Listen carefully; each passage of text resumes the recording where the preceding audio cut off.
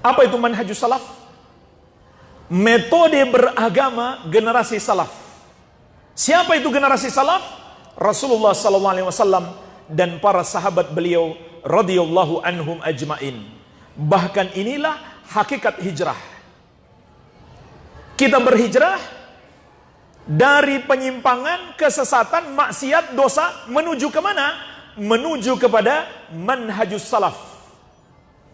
Barang siapa yang tidak berhijrah ke sana, hijrahnya gagal. Atau dengan kata lain, sebenarnya dia belum berhijrah. Atau belum sukses dalam berhijrah. Karena jemaah sekalian, berhijrah ke manhajus salaf, metode beragama generasi salaf, inilah kunci menggapai ridho Allah. Dan inilah kunci agar kita berjalan di jalan yang lurus. Dan ini adalah kunci pintu masuk surga. Sebagaimana Allah kabarkan dalam surat At-Taubah ayat ke-100.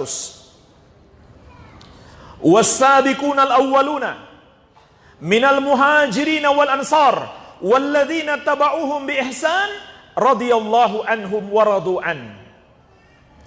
Dan orang-orang yang pertama masuk Islam dari kalangan sahabat al-muhajirin dan sahabat al-ansar, dan orang-orang yang mengikuti mereka dengan baik, maka Allah ridho kepada mereka dan mereka pun ridho kepada Allah. Wa a'adda lahum jannatin tajri tahtaha al-anhar khalidina fiha abada. Dan Allah telah menyiapkan untuk mereka surga-surga yang mengalir di bawahnya sungai-sungai, mereka kekal di dalamnya selama-lamanya. Dzalikal fawzul azim, itulah kemenangan yang besar. Ini kan tujuan kita berhijrah, supaya masuk surga, selamat dari api neraka. Maka Allah kabarkan dalam ayat ini, untuk menggapai ridho Allah dan surganya di akhirat adalah dengan mengikuti al-muhajirin wal ansar. Sebab ayat ini mengabarkan kepada kita generasi yang telah Allah ridhoi. Apa yang Allah ridhoi? Amalan mereka, pemahaman mereka terhadap agama. Allah telah ridho. Allah tidak menyalahkan mereka. Allah membenarkan mereka. Itu maksudnya Allah ridho. Dan Allah telah menyiapkan untuk mereka surga. Siapa mereka itu? Ada dua golongan. Dalam ayat ini Allah menjelaskan kepada kita dua golongan yang Allah akan berikan keridhaan dan jaminan surga. Golongan yang pertama, al-muhajirin wal ansar, sahabat-sahabat terbaik dari kalangan al-muhajirin wal ansar. Kemudian siapa lagi golongan yang kedua? Walladzina taba'uhum bi ihsan, orang-orang yang mengikuti mereka dengan baik. Ini berlaku sampai hari kiamat. Maka jemaah sekalian, berdasarkan ayat ini, tidak ada jalan menggapai keridhaan Allah kecuali mengikuti jalan mereka. Generasi salaf, generasi sahabat Nabi Muhammad SAW, nggak ada jalan lain. Kalau kita mengambil jalan yang lain, maka kita akan tersesat. Kita akan masuk di dalam golongan 72 yang sesat. Sebagaimana dalam hadis tentang perpecahan umat, Rasulullah SAW bersabda, "Wasataftariqu ummati ala 73 firqah, kulluha finnar illa wahidah." Umatku akan terpecah menjadi 73 golongan. Semuanya di neraka kecuali satu. Maksudnya semuanya salah, semuanya sesat, kecuali satu yang benar.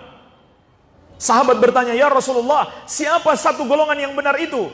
Maka Nabi SAW menegaskan, "Ma ana alaihi wa ashabi," yang mengikuti aku dan para sahabatku.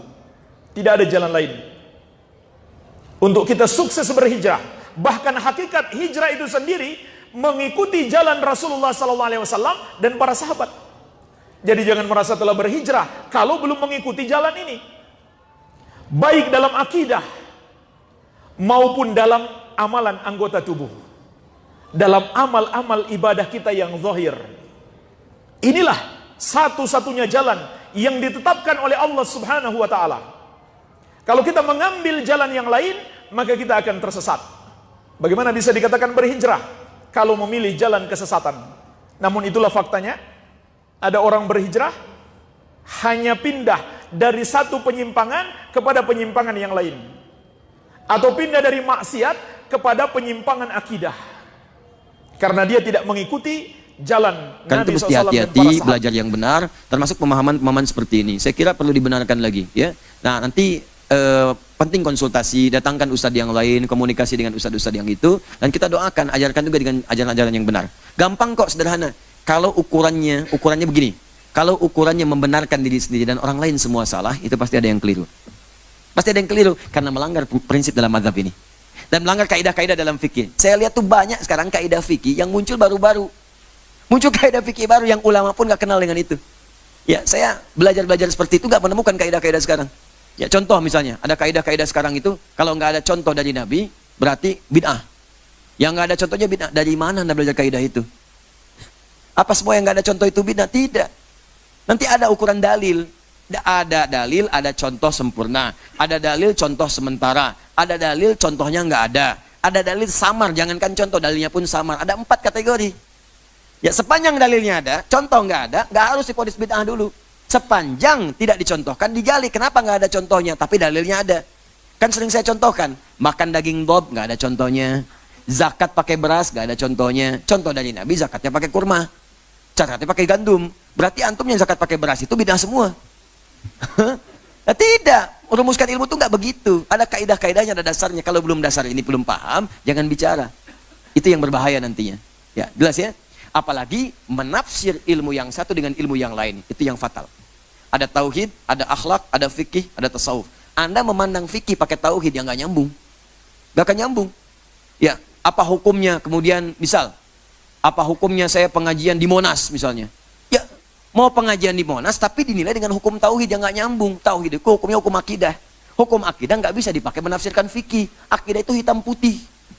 Hitam putih, nggak ada abu-abunya. Kalau fikih itu pilihan. Nah, tarihil ahkamul khamsah. Pilihannya pasti satu di antara 5. Bisa halal mubah, bisa tarik ke kiri makruh, kiri lagi kemudian haram, ke kanan sunnah, kemudian langsung menjadi wajib. Ya, bisa sunnah, bisa wajib, tengah-tengahnya mubah. Ke kirinya bisa makruh, bisa haram. Kapan itu menjadi mubah, makruh atau haram? Kapan kemudian naik jadi sunnah? Kapan naik jadi wajib? Tergantung pada kondisi hukum yang menyebabkan itu dihukumi demikian. Disebut dengan ilat namanya. Jadi kalau belum paham ilatnya nggak bisa. Makanya tauhid diajarkan sebelum hijrah. Ya, fikih diajarkan setelah hijrah. Karena ketika hijrah sudah dekat dengan Allah, diajarkanlah fikih. Makanya kalau ada orang yang menghukumi dengan tauhid, belajarnya tauhid, menghukumi masalah fikih, pasti orang itu belum hijrah. Belum hijrah karena masih belajar di tahap-tahap awal, belum mengerti tentang hukum-hukum fikih. Ya, paham ya? Nah, jadi yang seperti ini menurut saya dijauhi saja, dijauhi supaya tidak melahirkan nanti fanatisme yang berlebihan dan belajar dengan baik lagi serta tetap mendoakan yang demikian. Tadi tetap dihukumi hukum bergaul yang biasa. Jangan sampai kemudian jadi kasar, tidak. Ya, teman-teman bergaul, saya tidak pernah mengajarkan Anda mencela orang. Walaupun ada yang mencela saya, nggak apa-apa, mungkin belum tahu. Saya aja memaafkan, kenapa Anda mesti ribut? Saya memaafkan, kenapa Anda mesti ribut? Allah dicela. Ya innallaha thalithu tsalatsa. Orang kafir mengatakan Allah ada 3, itu kan celaan kepada Allah. Malaikat dicela, Rasul dicela, orang soleh dicela, sahabat dicela, tabiin dicela. Anda Tuhan bukan, malaikat bukan, Rasul bukan, Nabi bukan. Ya kan? Sahabat bukan, tabiin bukan. Terus kamu mau dicela? Itu mustahil, mustahil. Jadi nggak apa-apa ya, walaupun ada yang mencela kita tetap bergaul dengan biasa-biasa. Kalau nggak sepakat, nggak apa-apa. Kan tidak harus sepakat semuanya. Tapi jangan sampai perbedaan itu menghalangi kita minum teh bersama.